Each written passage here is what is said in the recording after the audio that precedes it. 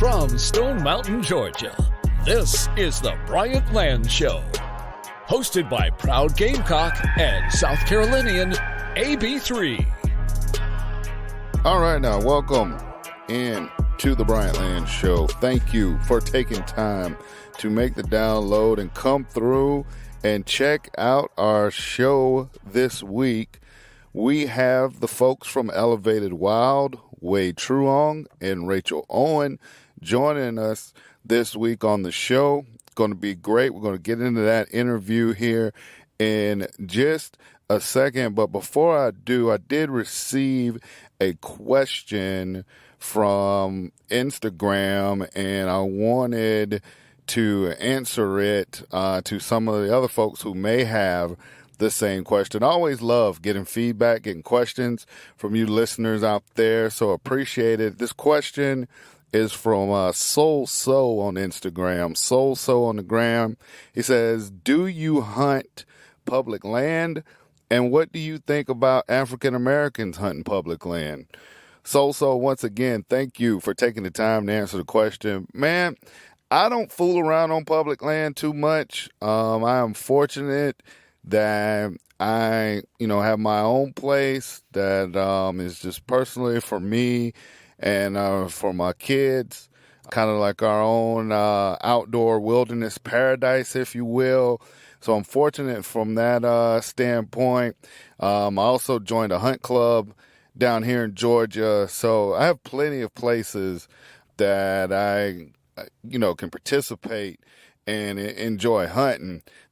To answer your question, though, the other part of your question was as far as about African Americans hunting public land, let me emphatically say, hell yeah. If that is your option, if that is your only option, then dadgummit, get out there and go enjoy it, man. There's no reason why you should not enjoy, everything that public land has to offer. My thing is just be safe, but that's anywhere. Hell, I stress safety when I go out to my place or when I go anywhere else, outfitted or whatever. The number one thing is to be safe and return home to your friends and family, man. So I, encourage you or encourage anyone who wants to enjoy hunting and public land is your only option, then damn it, go for it. Wade Truong and Rachel Owen from Elevated Wild stop by and join us this week on the Bryant Land Show.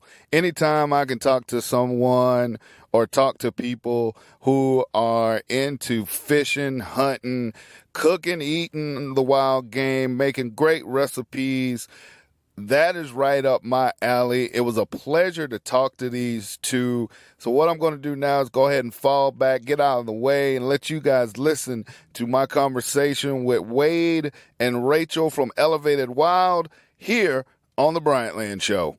Bryant Land.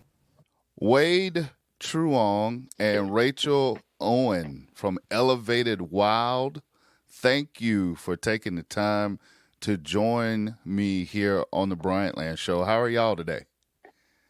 Doing good. Doing great. Thanks for having us. Oh, awesome. So I was thumbing through you guys' profile. Actually, Jonathan from Black Duck Revival kind of turned me on to you guys because I know he does like a lot of wild game cooking. And he was like, hey, you should check out Elevated Wild, Wade and Rachel. And so I started, going through and looking at you guys' stuff, man. Y'all are doing different things with wild game meat that I have never seen before. I just want to start there. Like you guys are taking it to another level. So Wade, I'm going to start with you. I was reading, it says, you're a self-taught chef. I guess let's start from the beginning. Like what made you want to, start with the different recipes, and then what are your inspirations for all these different recipes? I guess it goes back a pretty long ways. Like I worked in the restaurant industry for 20 years, plus my parents had a restaurant.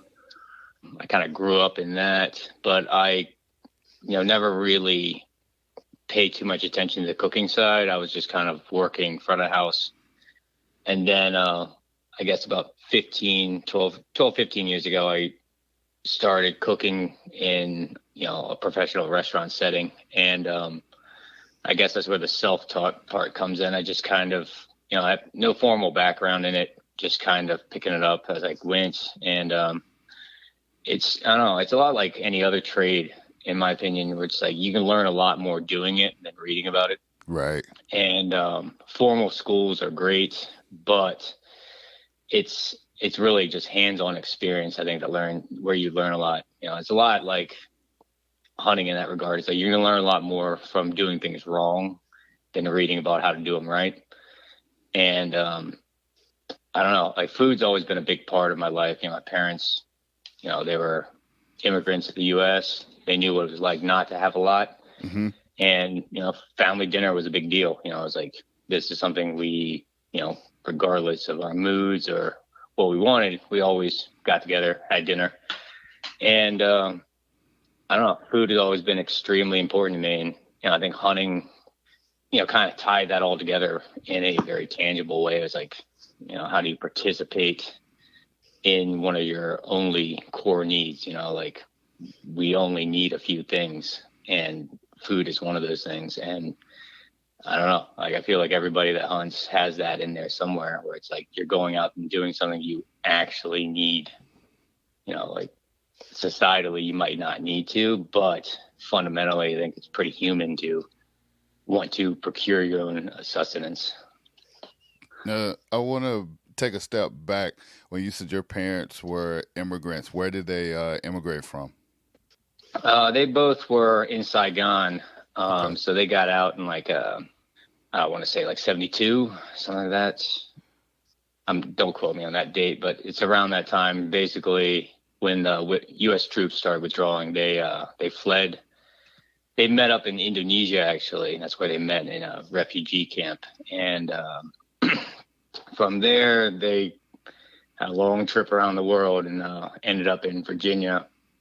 And that's where I've been. I was born here and grew up in the Shenandoah Valley, and kind of lived in fairly close proximity to that my whole life. Now, with them being immigrants and then, like you said, self-taught chef, was your hunting kind of self-taught as well, or did you come from a hunting background once your parents got to the States, or how did that work out? Yeah, neither one of them hunted, and I didn't get into it until my mid-20s, just a few years before I met Rachel, actually. And it was something that like I was aware of. Like the place I grew up, there was a lot of deer hunting, and I don't know if they do it in the South, rather in Georgia where you are, but they run a lot of dogs in Virginia for deer during the deer season. Yep. And I personally, when I saw that growing up, I wasn't all that enamored with it. It was like, a lot of dogs and Confederate flags, and it was like not really my crowd. Right.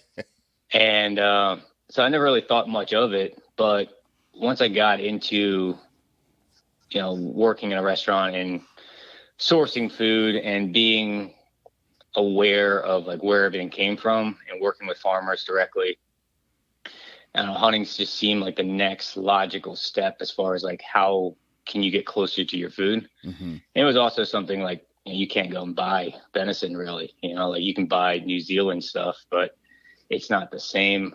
And it's something I wanted to do for me personally. But after I got into it, I just did some reading, watched a lot of YouTube, and just decided to do it. And it took a while to find success, but I don't know, it just became, Rachel can attest to it, but every year it's like, it becomes more and more a part of our lives. We just keep doing more and more and more, and just, everything else kind of falls to the wayside. No, that definitely makes sense, and it's a good dropping off point right there, because Rachel, like I was saying before, I was reading your part of the bio, and it says you came to hunting late. Came late to hunting, and that basically pretty much describes me to a T. I didn't start really hardcore hunting until about 4 or 5 years ago. Absolutely love it. Love bow hunting. But for you, what made you decide that, okay, this is something that I want to do, and just to get involved in that and then transition it to the cooking side? Well, I mean, I don't know. I think that a lot of people, especially our generation and younger, there's a lot of concern about, where your food comes from. And, I think like a lot of people around my age, you kind of go through your vegetarian phase. And, even when I wasn't eating meat, I always said, well, if somebody hunted it, I would eat it. It just always seemed like there was a really clear ethical distinction between factory farmed meat and hunted meat. And I didn't grow up knowing any hunters. Nobody in my immediate family hunts. I grew up in the suburbs of Richmond. And so it just wasn't really a part of my upbringing. But, I did grow up doing a lot of camping. I mean, we camped all over the country when I was a kid. And I used to love fishing with my dad. He wasn't a serious fisherman, but, we would go out and catch bluegill, and I just loved it. And so, after college, mutual friends introduced Wade and I. And I remember the first conversation we had, my friend goes, "Oh, you got to talk to him. He loves to fish." And and I was like, "Oh, cool." Like, yeah, I totally want to talk to that one. But, that's kind of what started our, relationship was, kind of a mutual desire to go, pursue game, pursue fish. And, he was just getting into hunting. And, right when we first started dating, we fished the whole summer. And then, the first fall we were together, he took me out hunting, and I shot my first buck that season. Wow. And so the hunting, yeah. So the hunting really came into play for me, as part of my relationship. But it wasn't just because I was already dating him. It was something that kind of drew me to him because it was a lifestyle that I, wanted to participate in. And, as for the cooking, Wade does a lot of the recipes for the site, but, I do have my input there as well. I love to cook. I've never done it professionally. I was always front of house in the restaurant industry. Mm-hmm. But being in proximity to so much food, it's inspiring. It really gets you thinking about what you can do at home in the kitchen. And, I've always loved food. Even as a kid, I was the kid that refused to order off the kids' menu, which I'm sure my mom hated when the bill came. But, it's always been something that I've been passionate about. Now, the thing that caught my eye at the end of your bio, just going through the website and everything, it says plant witch, canning queen, editor and webmaster for Elevated Wild. Now, I'm familiar with the canning queen. My mom canned. She still cans a little bit now, not as much as she did when when I was growing up. Editor, webmaster, obviously self-explanatory. Plant witch. Talk to me about that. What is that about? Well, that's a fancy way of saying I'm more of the forager between the two of us. We both have our strengths and our weaknesses, and we both do what we love to do overlaps considerably, but we definitely both have our areas of expertise. Wade's the gear guy, I'm the plant girl. And, I'm the one picking up mushrooms when we're walking through the woods and, identifying plants and, kind of keeping an eye on the foraging side of things when we're out and about. Gotcha. And something else that I was kind of curious about, because, a lot of my audience, we're familiar with, hunting, deer hunting, hogs, all that kind of stuff, turkey, going fishing, but the foraging, you do that. Is that something that you just kind of do while you're out? Do you take your time and just say, hey, I'm going to go and forage today? Or is it a combo activity when you're out in the woods? It's something that I've never done, and I've always been kind of intrigued by it. Well, for us, it's a little bit of both. I'll be the first to admit that the foraging does take a back seat to the hunting and fishing. If it's a choice between turkey hunting and then walking around the woods looking for pheasant backs, we're going to go turkey hunting. But fair enough. That being said, especially in the off season, we'll plan specific foraging trips to go out and look for stuff depending on what's in season. But the bulk of our foraging kind of occurs incidentally, which I think that's a really great way to get into it as a beginner, because, if you don't know very much about foraging and then you set out on like this 10-mile hike and you're like, all right, I'm going to go after morels today. That's the one thing I know how to look for. Mm-hmm. You're probably going to get skunked and you're probably not going to have a super great time. Which morels being mushrooms, correct? Yes. I'm sorry. No, it's fine. And so, we kind of have picked it up as an incidental, just as we're walking around going, oh, what's this? What's that? Bringing a little bit home and looking it up, doing a little bit of research. I've got a fair number of really decent foraging books, but there's also so many resources online. And what's great about the social media aspect of the foraging world is, you see these posts kind of real time. So you know what's in season and you can start training your eye for what to look for. So that's kind of how I've been doing it, is just picking it up as I go. Awesome. Now, for both of you guys, what would you say is your favorite hunt? Deer, hog, turkeys? Like what gets your blood going? Oh man. Yeah, that's a loaded question. I always joke around and say that, because people ask me that a lot, and I say it's whatever's in season at the moment. Like I love it all, and we love it all. And I mean, this past turkey season, I don't think I've ever hunted that hard in my life, and I had a blast. But by the time it's duck season, I'm gonna be wrapped up in decoy cord and just itching for cold weather. So I don't know, it's all the above. I mean,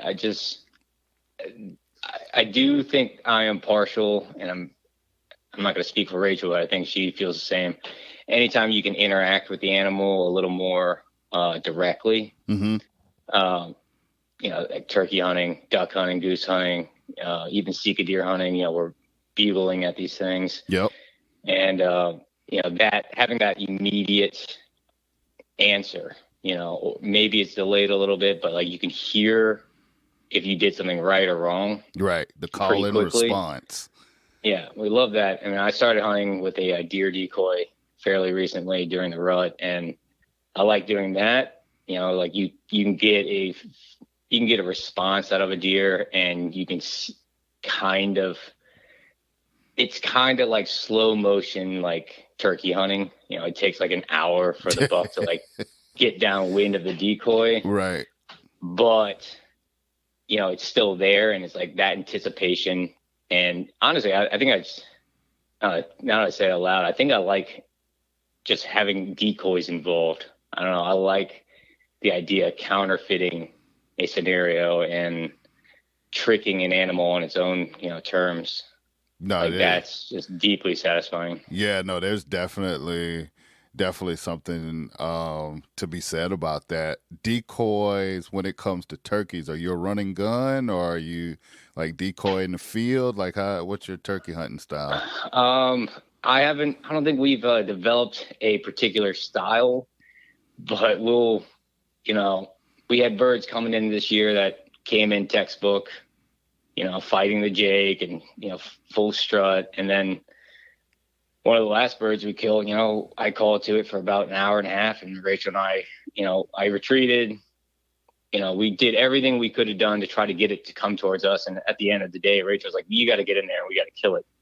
So we snuck like 200 yards into the swamp bottom. Yeah. No, I mean, it's, it's funny because, you get that response. You can hear that bird gobbling, but you can tell it's not budging. And it's like, everything tells you to just sit tight and just keep playing the game the way it is. But, right. I think that's where, we work together really well as a team, is like we both come at it with the same passion and the same goals, but we're looking at it a little different. And I think that helps a lot. You know, like I always want to move decoys and fidget around and, you know, just like overthinking the gear. And, you know, I will kind of make excuses for different aspects that I can't control. Whereas Rachel is more like, I think we're here in the right spot. We're here in the right weather. Let's just sit it out. You know, like it's just, or, you know, like in this case, it's like, let's just go down there and kill it. I was about to say a little bit more patient, except when she's had enough with this turkey and it's like, we need to go get it. Yeah. You know, like I wasn't ready to kill that bird. Yeah. I didn't want to think that I couldn't pull him out of that bottom, but you know, that was not the case. And like sneaking in on it was the right call. So I don't know. Like I love turkey hunting. It really is an addiction. I don't know. It is. I turkey hunted a little bit more this year, obviously with everything that was going on and whatnot. It's frustrating, especially Easterns. Oh, yeah. Easterns are really frustrating. Like my best turkey hunts were trips to like Nebraska and Kansas when you dealing, you know, with Rios or Miriams, you know, turkeys that respond to calls, and if you get a hot gobbler on the call, you know, they're going to come straight to it. They're still gobbling, you know, all the way into the setup. Easterns, it's like they hit the ground and they just shut up, and it was just frustrating for me. Like, you know, I enjoy it, especially when you get, you know, birds that are responsive, but the either running around and trying to cut them off at the pass with the Easterns, or sitting, you know, in a food plot where they've come to, you know, to feed for 3 straight days, and then the day that I go, nobody shows up, only a couple of hens show up, and then you don't hear any gobbles like that. God, it's frustrating. So I can't wait for deer season to start. But I'm with you. I'm with you on that. Turkey hunting, when it goes right, it is very rewarding. Yeah, I think that's part of the addiction, though. For me, is like every time I think I have something figured out, you know, that confidence is turned around like at a light switch. You know, it's like, yeah, I roost a bird. And I'm like, I know where that bird is. I'm going to be 80 yards away from it in the morning. There's only one way for that bird to get out. And, you know, he'll find a way to get around me. And, you know, if I think just like with food and everything else, like I think if I was 100% successful or even close to that, mm-hmm. I don't think I would have as much drive to do it. You know, like for me, like the food is the most important part of the hunt. Right. But if somebody was telling me, hey, go sit in a tree stand for 9 hours, and at the end of that, I'll give you a cooler full of deer meat, I would tell them to, you know, fuck off. Like, I don't want to sit in a tree stand for 8 hours just for, you know, something else to be handed to me. You know, it's like, I think it's about suffering a little bit, and it's about being frustrated. And it's like all those emotions get tied to it. Yeah. That enrich it, you know, like, I don't know. I think that goes into the food culture thing, and goes into like my upbringing with food, and, you know, being around food and working with food for so long. It's like, you know, it's not worth a lot if you don't have to work for it. And when it's not worth a lot, it's disposable, you know? Mm-hmm. So mm-hmm. you see how much food gets thrown away in a restaurant or just at any average household, you know, it's right. just like, yeah. You just buy it, it's cheap, it's on sale, or it's like, oh, I bought too much, or I left it in the freezer too long. And it's not a big deal because it's just, you know, it's got a date on there. It says throw away this time. People just throw it away. They don't even think anything of it. Yeah. But that's all, you know, there's a big impact of all the stuff that we buy and consume. And I don't know, I don't let any of my game meat go to waste, because like I know how hard it was to kill that turkey, you know, and like I know how cold it was when we're shooting ducks. And it's like, you have a little more like sweat equity invested. And like, I think regardless of, you know, your intent, like hunting, I think makes you more mindful, you know, just like you just have so much tied into your nourishment that you have to kind of like consciously or subconsciously value it a little more. Well, it's like, you know, I'll make like spaghetti with, you know, with my venison or whatever. and inevitably, I don't make enough. I make more sauce than I have noodles. So we're sitting there and we eat all the noodles and everybody's eating, and I still have all this sauce left. And I'm like, you know what? We're going to be eating Sloppy Joes for lunch because I'm not getting rid of my sauce. Where, going back to the disposable thing, I've seen it where, it's just like, all right, you made your ground beef or whatever, and you're finished with it. You may eat it like for another day. Man, look, I'm not wasting a drop of my venison. If I make the back straps and I cut up too many back straps and we have back straps left over, then we're going to eat back straps until they're gone. Because like you said, it's not like you can go to the store and just get another pack. When you're invested in it like that and you sweat and paid the price to get it, you look at it a little bit differently. No, absolutely. I think that goes with anything, like if it's too easy, it becomes like normalized, it's just like, you shouldn't have everything that you ever wanted at your fingertips, I think, because then you get, spoiled and you don't appreciate the things you do have. And, I think Rachel and I, the hunting really kind of reinforces that mindset. It's like, we generally know we're going to, shoot a few deer and we'll probably be good for food. Like if not, we can buy some. Right. But there's like this pressure there. It's like, well, I don't want to buy any factory farmed meat. I don't want to buy any beef. So we're going to have to do this. And I think that kind of like self-imposed drive puts a little like, add some stakes to the whole thing. It's not just like we do this for fun, which we do, but we do it because we've kind of imposed it on ourselves to like, this is what we do to get these things that we want. And you have to, invest some time in it, and you're going to have to get cold and you're going to have to be frustrated and things will go wrong. And I think it's like, I don't know, it's very, I don't even know how to describe it. It's just like, it's so satisfying when you get it done. Right. Because you've added so much emotional weight to it. No, that makes sense. That totally makes sense. Rachel, for you, do you have a favorite hunt, or are you all across the board? Oh man, there's nothing I don't like to hunt. I'll tell you that much. Okay. I think there's stuff that I'm definitely like recently been really excited about, and it's all stuff that's been kind of new to us lately. I think it's just the novelty of it. Mm-hmm. But all the hunting we've been doing in the marshes on Virginia's coast is so cool, and it has really captivated me. Just everything about it, the landscape, the animals. I mean, this is stuff that, we live in Fredericksburg, and so, these are animals that we don't normally see. Just everything about it is just a little bit different. So last fall, we went on a Sika hunt out on the Eastern Shore. Okay. And that was just about the coolest thing I think I've ever done. I mean, it was just wild. We were on Assateague Island, and, there's a herd of wild ponies on this just wild barrier island. And sitting there in this, climbing stand in a pine tree overlooking the marsh, watching the sunrises and the sunsets, you see both because this barrier island is so narrow. Right. So you see it over the water either way.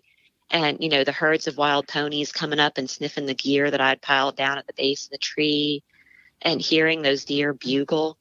I mean, it was nothing like what I could imagine hunting in Virginia would be like.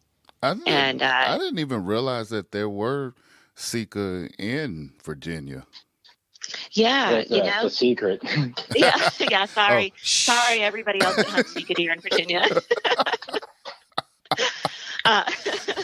That's like my buddy in Oklahoma. I went duck hunting in Oklahoma with him this past year, and I posted it, and everybody on Instagram and Facebook was like, "Shh, there are no ducks in Oklahoma. You just killed all of them. There are no more. Nobody else come. There are no ducks." Yeah. They don't exist. That's funny. So about that Sika deer hunting I did in Blackwater, hey, it's pretty cool. Wow. No, that's awesome, man. That's different, and it's awesome. Were you bow hunting or rifle or? Bow, yeah. Nice. Yeah, there's a rifle season too, but we wanted to get out there during the rut. Yeah. So that was really cool. And then we went on a rail hunt last fall too, which was just incredible. Now the rail, explain to the folks what a rail hunt. So rail are shorebirds.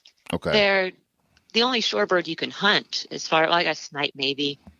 Depends on how you classify all that. But they're a shorebird, and there's a season in the fall for them, and they inhabit the clapper rail, Virginia rail, and Sora rail. They all inhabit the marshes, and you kind of hear them. They have this like real harsh, rattling call, but you very rarely see them. They're small birds, and they like to stay real tucked away in that marsh grass. You know, if you Google rails. Every single description that comes up with the word secretive. They're a secretive bird. They're the secretive bird. And so what you do is you wait for a really high tide and you take your boat out into the marsh and you have to pole it around. You're not allowed to shoot with the motor in the water, but you just pole around and, try to flush rail up and shoot them. And it is wild. It's such a pristine landscape where we were hunting. It's all public land. It's public marsh. It's undeveloped. You know, there's nobody else out there. It just feels like you're at the end of the world and you're just shooting these crazy looking shorebirds. And I don't know, we had an amazing hunt. It was the first time we'd ever done it. Wow. No, that's definitely next level. That's some next level type stuff. Yeah. Cause a matter of fact, I just Googled it just now. It's chicken shaped marsh birds, rounded wings, family of the rail of the Rallidae. Yep. Names include coots. Yep. Okay.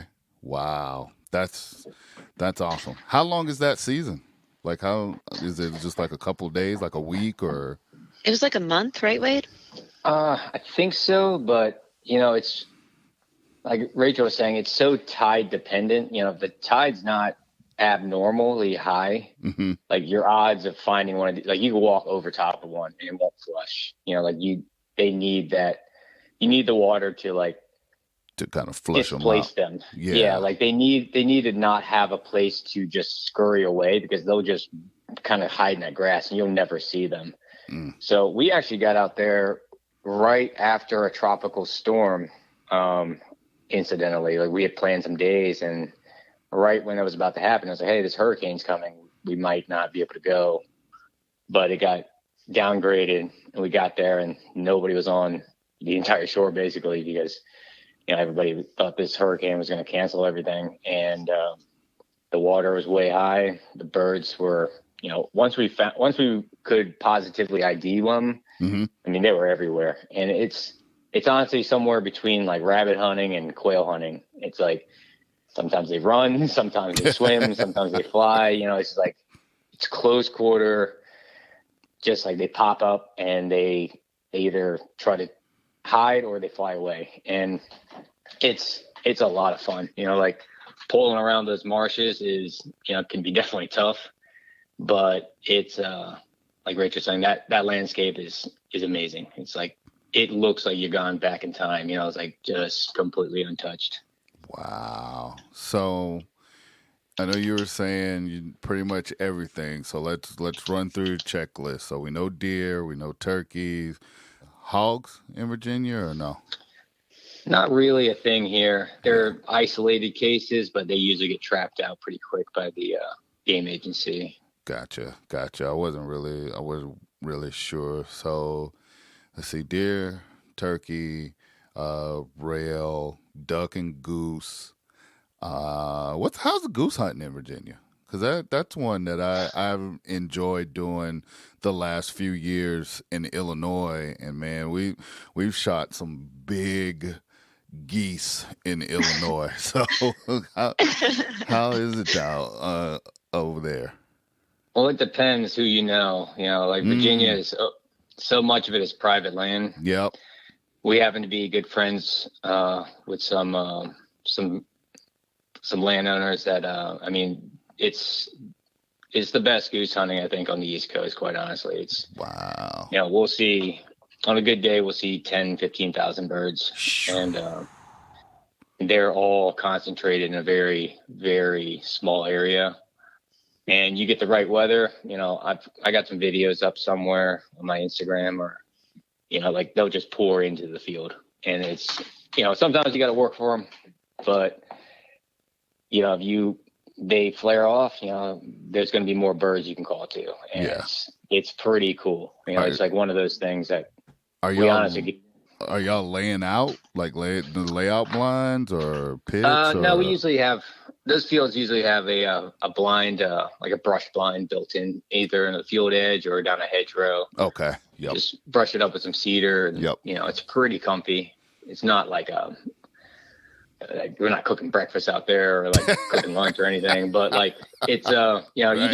you can sit up and chat and do the whole waterfowl thing. It's just like you just talk and hang out with the dog, and then when you get the birds working, you get serious. Yeah.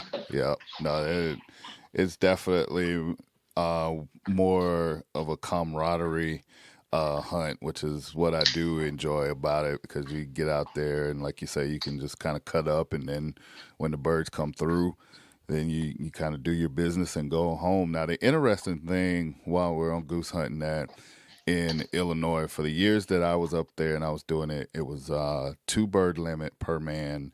Last season they went up to 3 per man. What's the limit in Virginia?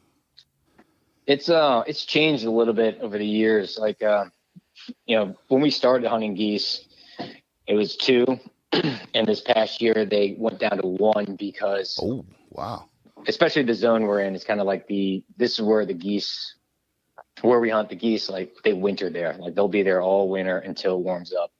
So again, that's why you see this thick concentration of birds. Sure. But yeah, due to the poor hatch like 2 seasons ago, the recruitment rate was, I think, like less than 1% or something along those lines. So they cut the season in half.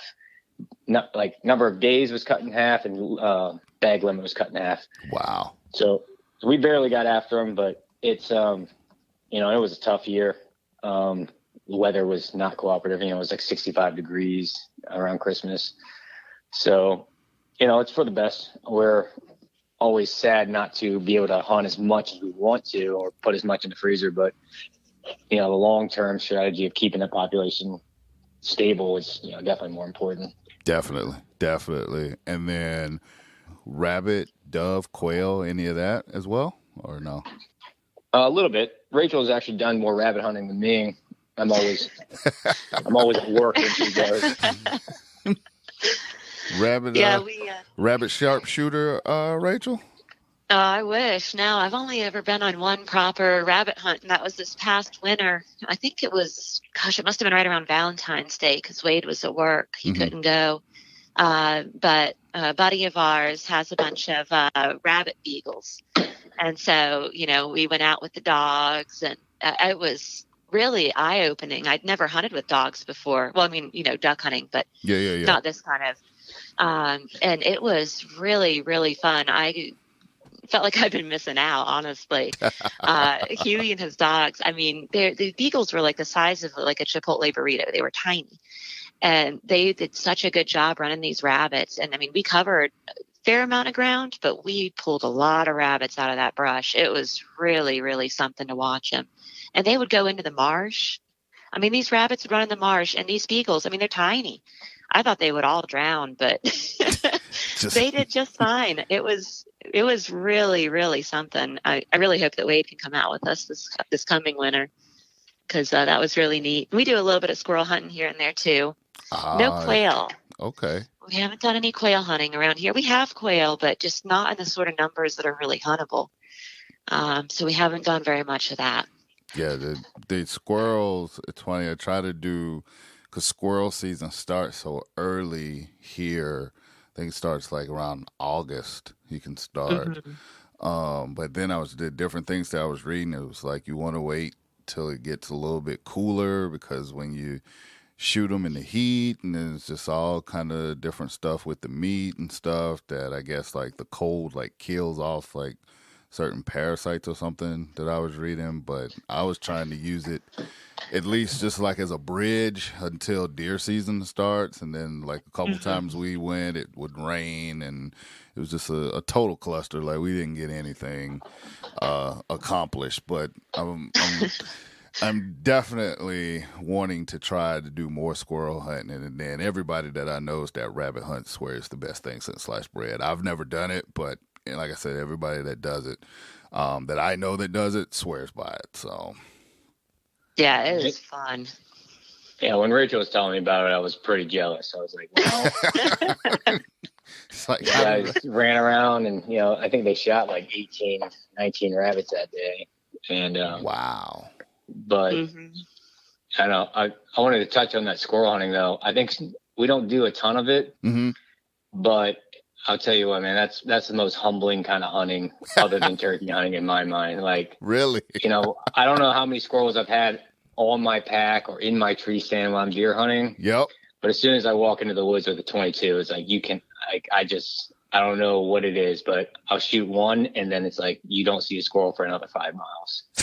Like I don't think I'm being quiet enough or something, but like I think I go into it too confidently and like, oh yeah, there's squirrels everywhere here. I saw 19 of them the other day when I was deer hunting. Right. So I just go right back there, and it's just like, it's not that easy. You would think it is. I think it's the exposure. We've got like 10 squirrels in our backyard, any given day. So it's like, yeah, they're just everywhere. Right. But as soon as you pick up a small gun to go after them, it's like they're nowhere.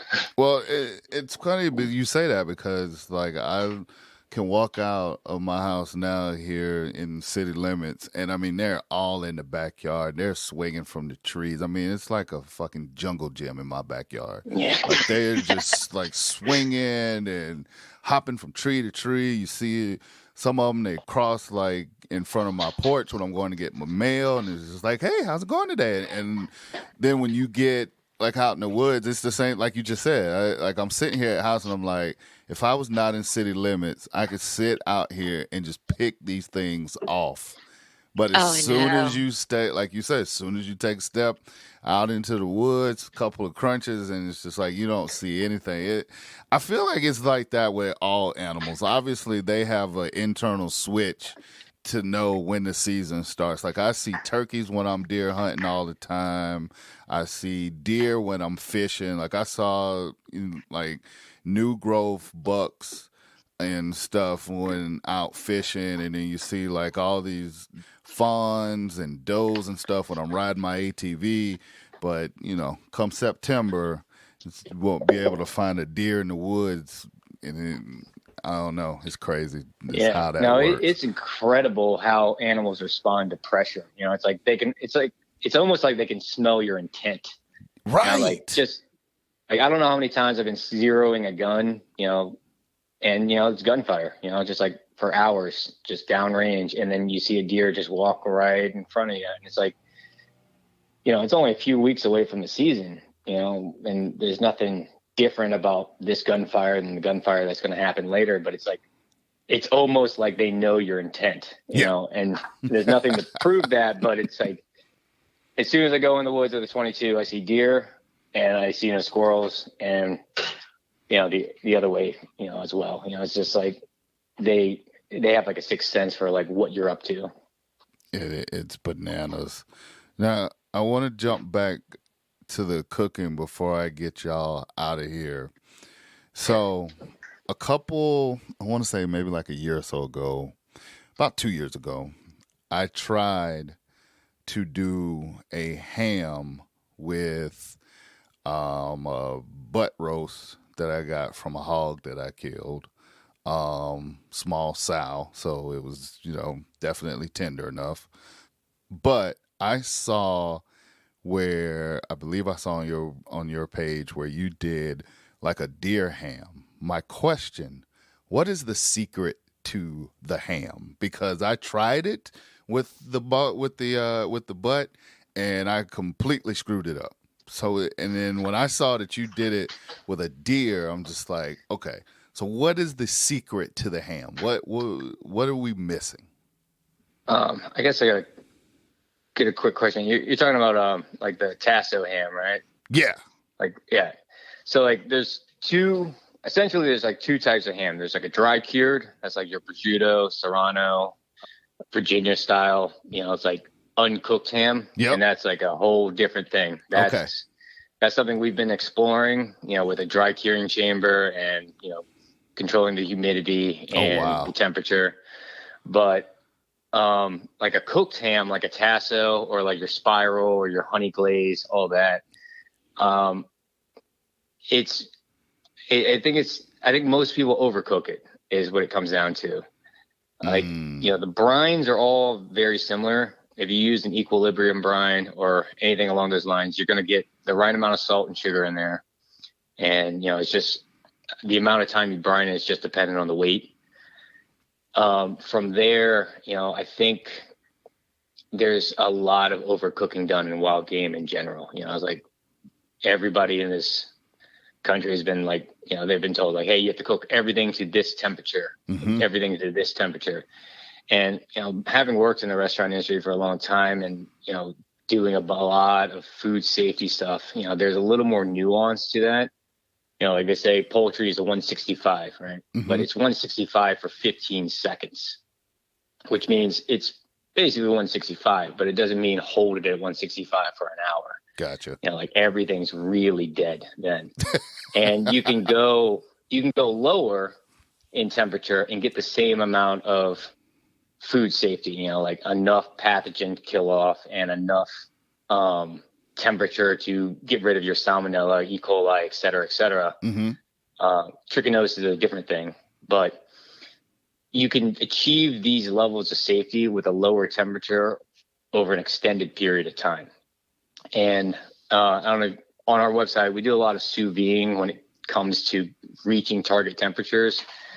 So like with the venison ham, there's no fat on it, unlike a pork ham. So if you held it at, say, 145 degrees for hours, it would be jerky basically. That's almost the same temperature I set my dehydrator when I'm making jerky. So you just want it to get to that temperature internally, but not go over and not stay there so long that all the moisture leaves it. So, the brine helps because you're adding moisture to the meat itself, but I think it's about controlling the rise of thermal mass. So like if you're doing it in a smoker or something, you want a way to monitor that internal temp.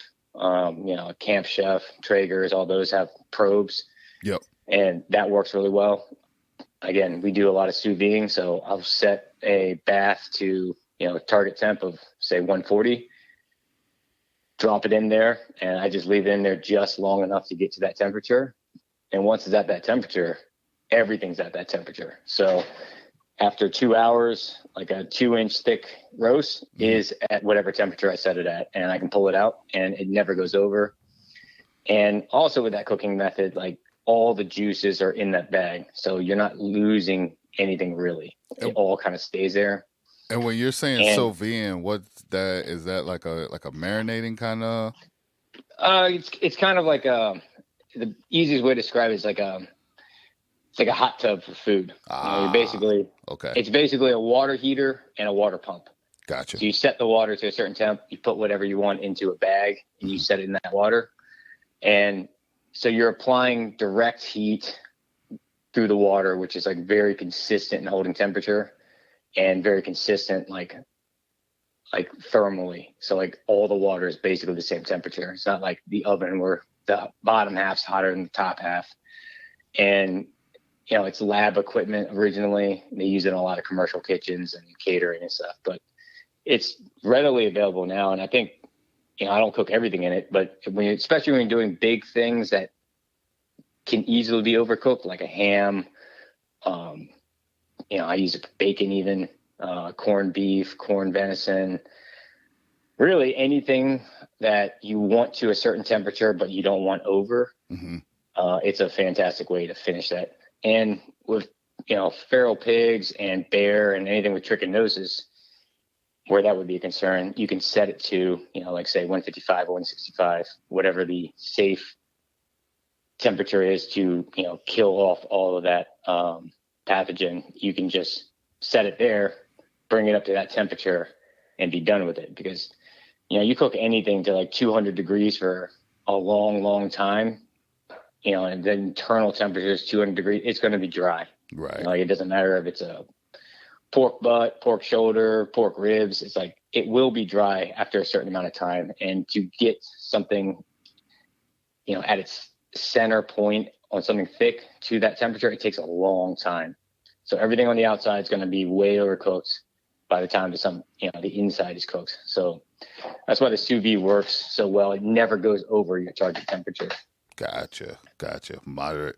Keep your temperature at a moderation, like you said, and keep it from going like up or down or whatever. So yeah. And it's funny that you mentioned the Traeger, because that's something that I've been eyeing for a while. It's probably going to be a gift to myself at some point. Those things are badass. So. Pellet grills are cool. We just got one fairly recently, and I mean, it is. I still love setting up a charcoal, chimney and getting all that going and burning hardwood.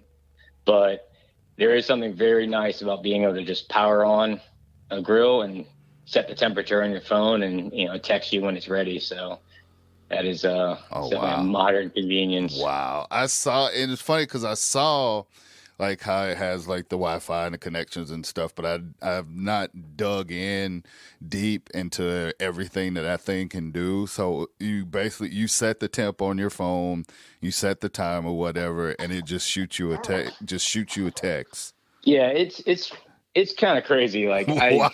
I was pretty opposed to Wi-Fi on a lot of stuff. Right. I don't want more connectivity. Right. Like I just kind of want to and I don't need a Wi-Fi on my rice cooker or my coffee machine, Right. But it is nice. Like, you can dial in the temp, you dial in how much smoke you want, and it tells you when it's ready. You set the probes in, and you can kind of look at it on your phone, on your app, and it's like, oh, this is what temperature your food's at. This is the temperature of the grill. It takes a lot of the guesswork out. I think that lets people be a little more successful, because grilling is very temperamental. Yes. People say, hey, get the coals hot. And it's like, well, is that 5 pounds of coal or is it 20 pounds? Right. Like, it's so relative, and there's a lot more nuance to it. And I think that's why people that are real good with charcoal are going to be diehard charcoal fans, because like it took a long time of trial and error for them to figure it out, right, how to do it perfectly. And honestly, the pellet grill takes a lot of that guesswork out. You set the temp, and it'll get to that temp, right, and it makes it real convenient for you want to grill something, you can just have it on. 10 minutes later, it's ready to go. Versus starting a chimney starter and dealing with all that. As much as I love it. Is it right? Is the charcoal lit? Is all the charcoals lit? Is this only this section lit? Yeah, no, I've played. There's no replacing that smell of charcoal, though. I mean, I love the smell of a charcoal grill, but the pellets, though, that's the wave of the future, and the wave, hopefully, at my house will be in the next couple of months. Definitely treat yourself. Wayne and Rachel, I really appreciate you guys coming through on the show. Before you guys get out of here, let folks know where they can find you. Instagram, webpage, everything. How can these folks out here get involved and check out Elevated Wild? You can find us on Instagram. We're Elevated Wild. We've also got a Facebook page with the same name. And then beyond that, we've got our website. It's elevatedwild.com, or you can email us at hello@elevatedwild.com. Awesome. Wade, Rachel, like I said, I really appreciate it. I'm looking forward to seeing more stuff from you guys and seeing the different recipes, and then maybe I will be brave enough at some point to try some of them and hopefully not mess them up. Absolutely. Thank you so much for having us on. No, just reach out anytime if you have any questions. Always happy to help people along. Definitely. I will do so. You guys have a great one. I really appreciate it. All right. Thank you so much. Thank you. You too. Thank you. Bryant Land. Once again, I want to thank Wade and Rachel for coming through and blessing us with their presence on the Bryant Land Show. Like I said, Wade and Rachel from Elevated Wild. Really enjoy talking to them, picking their brains, and learning some new things, man. Anytime you can do that, that is what I call a good day. Before I get ready to get up on out of here, man, I just want to remind y'all about our website, BryantLandCountry.com. BryantLandCountry.com has everything Bryant Land that you need. We have all our podcasts on the website. We have videos. We got merch. You can contribute to our Patreon right on the Patreon tab there, man. BryantLandCountry.com. One-stop shopping for everything Bryant Land. As always, we cannot thank you enough for supporting our podcast. Please continue to tell 5 people, to tell 5 more people about what we got going on right here on the Bryant Land Show. And I will make sure to see you guys next week on another episode of the Bryant Land Show.